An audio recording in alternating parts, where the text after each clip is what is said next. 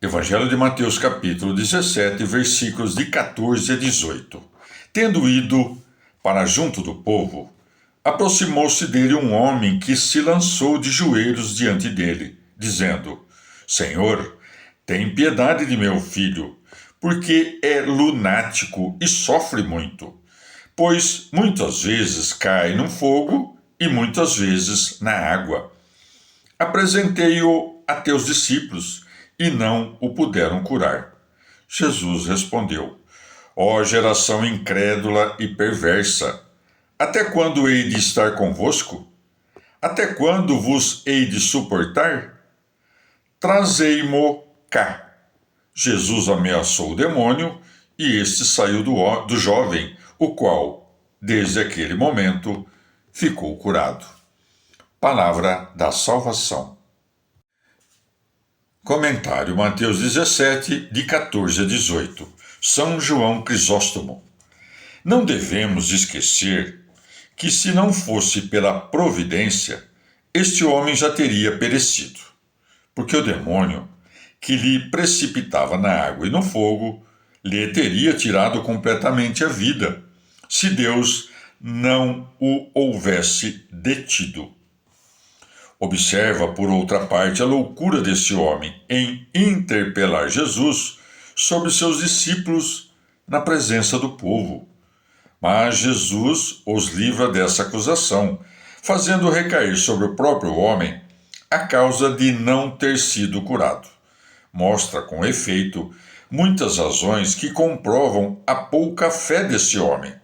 No entanto, o Salvador, para não assustá-lo, não o ataca pessoalmente, mas se dirige a todos os judeus, porque é provável que muitos dos que se encontravam presentes não pensassem bem de seus discípulos, e por isso segue. Jesus respondeu: Ó geração incrédula e perversa, até quando hei de estar convosco? Até quando vos hei de suportar? Pelas palavras, até quando hei de estar convosco, o Senhor mostra que quer morrer e seu desejo de se afastar. Depois de o Senhor ter desculpado os seus discípulos, conduz o pai do rapaz à esperança benigna de crer que o filho será salvo desse mal, e para que o pai seja conduzido à fé no futuro milagre, vendo que o demônio se agitava muito apenas por ser chamado, ameaçou-o. De onde segue, Jesus ameaçou o demônio. Não é ao paciente a quem ameaça, mas ao demônio. Comentário Mateus 17, de 14 a 18. São Jerônimo. Nas palavras, apresentei-o a teus discípulos e não o puderam curar, acusa ocultamente os apóstolos. Mas muitas vezes a impossibilidade de curar não depende da fraqueza dos que curam, mas da pouca fé dos que hão de ser curados.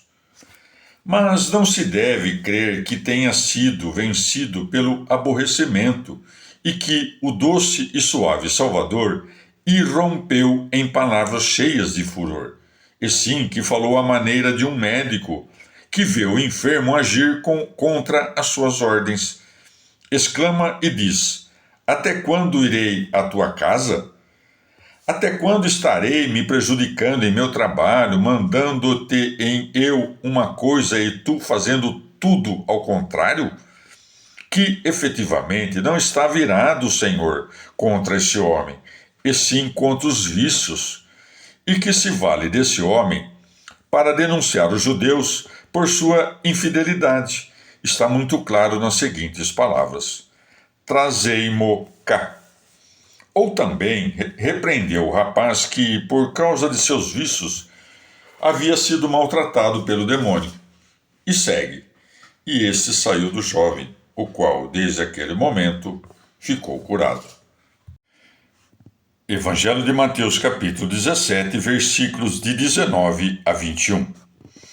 Então, os discípulos aproximaram-se de Jesus, em particular, e disseram-lhe: Por que não pudemos nós lançá-lo fora? Jesus disse-lhes: Por causa da vossa falta de fé. Porque na verdade vos digo que, se tiverdes fé como um grão de mostarda, direis a este monte: Passa daqui para acolá, e ele passará, e nada vos será impossível. Esta casta não se lança fora, senão mediante a oração e o jejum. Palavra da salvação. Comentário Mateus 17, de 19 a 21. São João Crisóstomo. Os discípulos tinham recebido poder sobre os espíritos impuros, mas como não puderam curar ao endemoninhado que se lhes apresentou, pareciam que duvidavam, pensando que talvez tivessem perdido a graça que lhes havia sido concedida.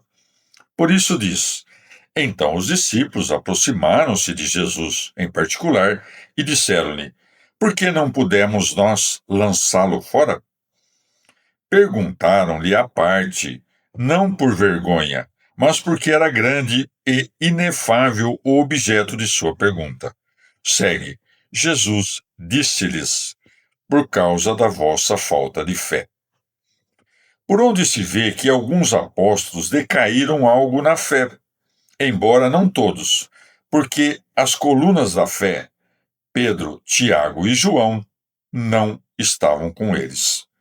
É necessário, no entanto, saber que, assim como basta muitas vezes a fé daquele que se aproxima para receber o efeito do milagre, assim também muitas vezes é suficiente a virtude daquele que faz o milagre, mesmo quando não creem os que pediram que fizesse o milagre.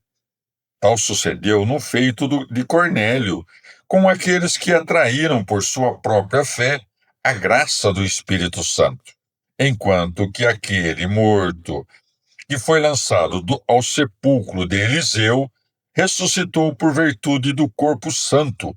2 Reis 13. Mas então aconteceu que os discípulos, que antes da cruz tinham disposições imperfeitas, decaíram um tanto na fé. E por essa razão se diz que a fé é a causa dos milagres, segundo as palavras do Senhor. Porque na verdade vos digo que, se tiverdes fé como um grão de mostarda, direis a este monte: Passa daqui para acolá, e ele passará. Por essa razão, o Senhor faz menção da translação das montanhas e vai mais adiante dizendo: E nada vos será impossível. Mas se disseres, quando transportaram os apóstolos às montanhas, vos direi que fizeram coisas maiores que essas, porque ressuscitaram os mortos em muitas ocasiões. E é dito que, depois dos apóstolos, os santos, que lhes são inferiores, transportaram as montanhas em necessidades iminentes. E não diz o Senhor que fariam esses portentos, mas que poderiam fazê-los, e é provável que tenham feito. No entanto, não estão escritos porque não escreveram todos os milagres que fizeram. Palavras que se referem não só à classe de demônios lunáticos, mas também a toda classe de demônios.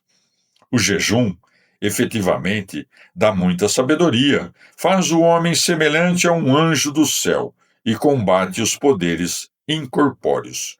Mas também lhes é necessária a oração como elemento mais principal, pois o que ora como convém e jejua não necessita de muita coisa.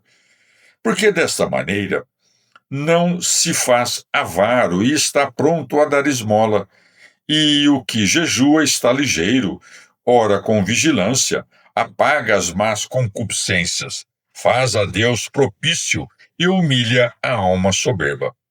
Logo, aquele que une a oração com o jejum tem asas duplas e mais rapidez do que o próprio vento. Não boceja, nem dorme durante a oração, como acontece a muitos, porém é mais veemente que o fogo e mais fixado que a terra. Este homem é, conseguintemente, o inimigo terrível do demônio, porque não há nada mais poderoso do que o homem que ora como deve. E se tens o corpo enfermo para jejuar, não tens, no entanto, para orar. E se não podes jejuar, podes abster-te dos prazeres ilícitos. E isto não é coisa de pouca importância, nem muito distante do jejum.